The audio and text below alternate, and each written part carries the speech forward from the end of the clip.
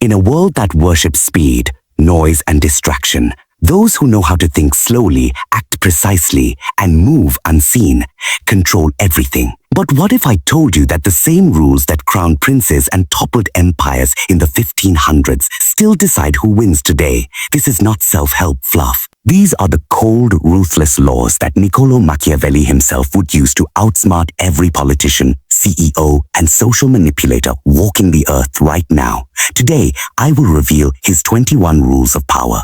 And once you learn them, you will see the hidden game that everyone else is blind to. The crowd believes life is fair.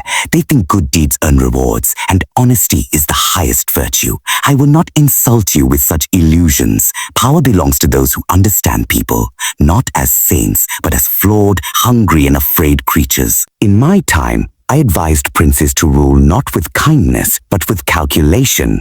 And if I walked among you today, in this age of glass screens and digital thrones, my strategies would be sharper, swifter, and far more dangerous. Tonight, I will share them. Not so you can play fair, but so you can play to win. The game has not changed. Only the board listen closely, because this truth will never be whispered in the halls of the powerless. The rules of domination have not altered in centuries. What has shifted is only the scenery, the tools, and the costumes of the players. You imagine the world today is too sophisticated for the games of the past, that politics, business, and even personal relationships are somehow governed by new codes. You are wrong. The human heart beats with the same rhythm it did in the courts of Renaissance Italy, in the marble palaces of Rome, in the war councils of kings. When I walked the streets of Florence, I observed the same fragile egos, the same hungers for validation, the same petty rivalries that you encounter now in your offices, in your governments, and even on your glowing screens. Do not let the glare of technology blind you. It has not made men wiser. It has only given them new weapons with which to display their vanity, and new arenas in which to battle for supremacy. 500 years ago, a prince's power might be measured in armies, fortresses, and gold. Today, it is measured in influence, networks, and control of attention. But the mechanism by which power is won, unchanged, then as now, the path to dominance lies in understanding one unshakable principle. Men are driven not by truth, but by perception. The one who shapes perception shapes reality. In my time, a rumor whispered in the ear of the right courtier could topple a noble house. Today, a single post, a calculated image, or a fabricated outrage can ruin a reputation built over decades. The channel has evolved. The tactic is eternal. The board is digital, but the game pieces are the same. Fear, ambition, greed, and pride. If you master these, you master the board. You must see the world not as it pretends to be, but as it is.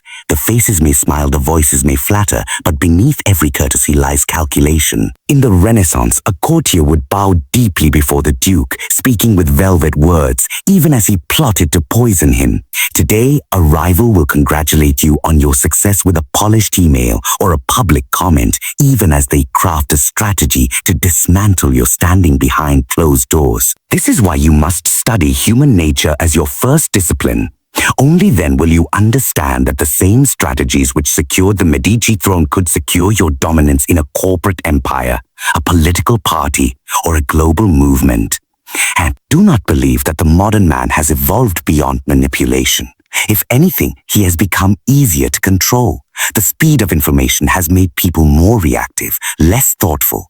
They mistake motion for action, noise for truth. In my time, a ruler needed weeks or months to craft a deception that could ripple through a city. Today, an image with the right caption can travel across the world in seconds, bypassing reason and planting itself directly into the hearts of the masses. The board has never been more open to those who understand its rules.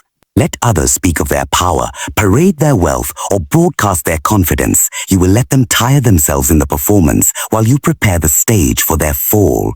And when you are weak, and you will be, for no one holds strength forever, you must wrap your fragility in the armor of perception. In the courts of Florence, a ruler on the edge of collapse could still project invincibility through decisive actions, bold speeches, and alliances that gave the appearance of momentum.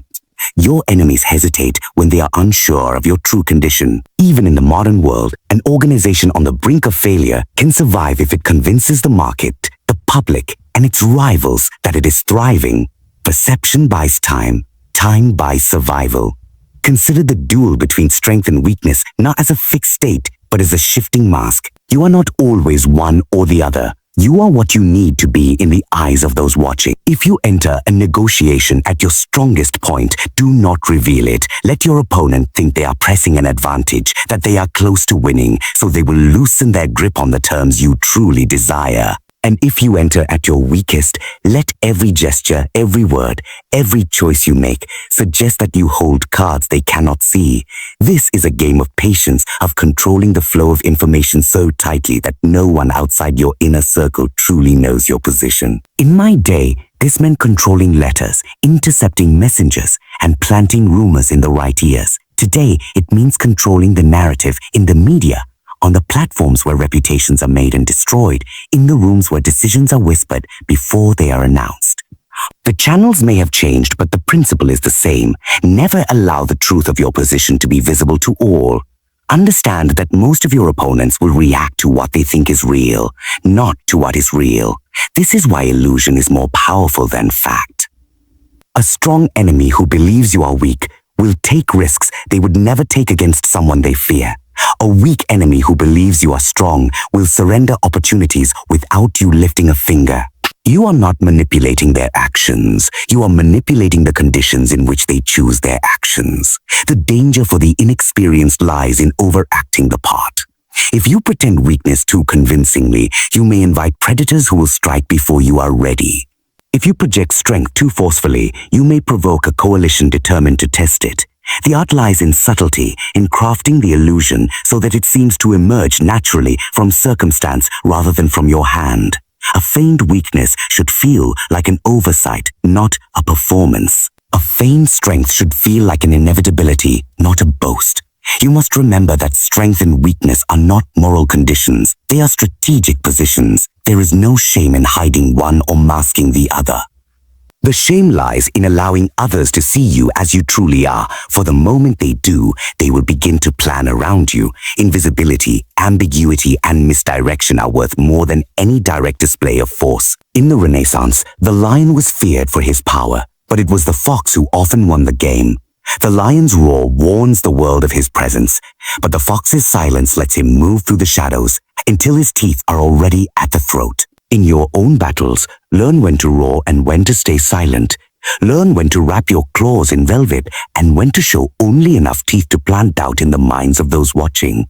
The clever player of power does not aim to be seen as strong or weak. He aims to be seen as unpredictable.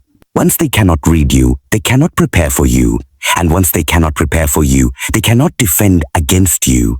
This is why in both my era and yours, the true masters of the game are never the ones loudly declaring victory, but the ones whose victories arrive like sudden storms, unannounced until they are already upon their enemies. Control the frame. Control the outcome. The most dangerous mistake in any contest of power is to fight inside another man's frame.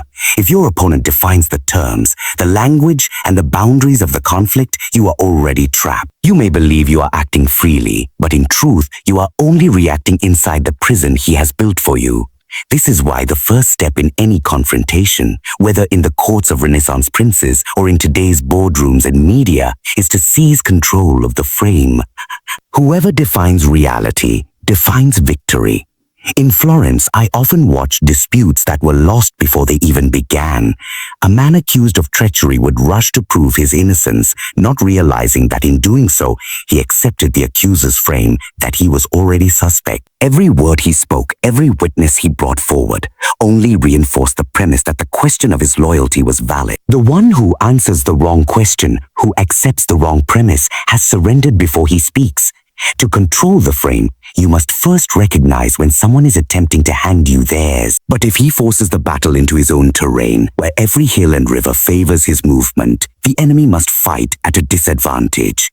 The frame is the terrain of conversation, perception, and decision-making. To choose it is to choose the ground on which victory or defeat will be decided. In war, the general who strikes before the enemy's supply lines are stretched has wasted an advantage. In politics, the speaker who reveals his plans before the climate is ready only gives his rivals time to dismantle them. In the end, the game of power is not won by those who shout the loudest, move the fastest, or fight the hardest. It is won by those who see further, think deeper, and act with deliberate precision.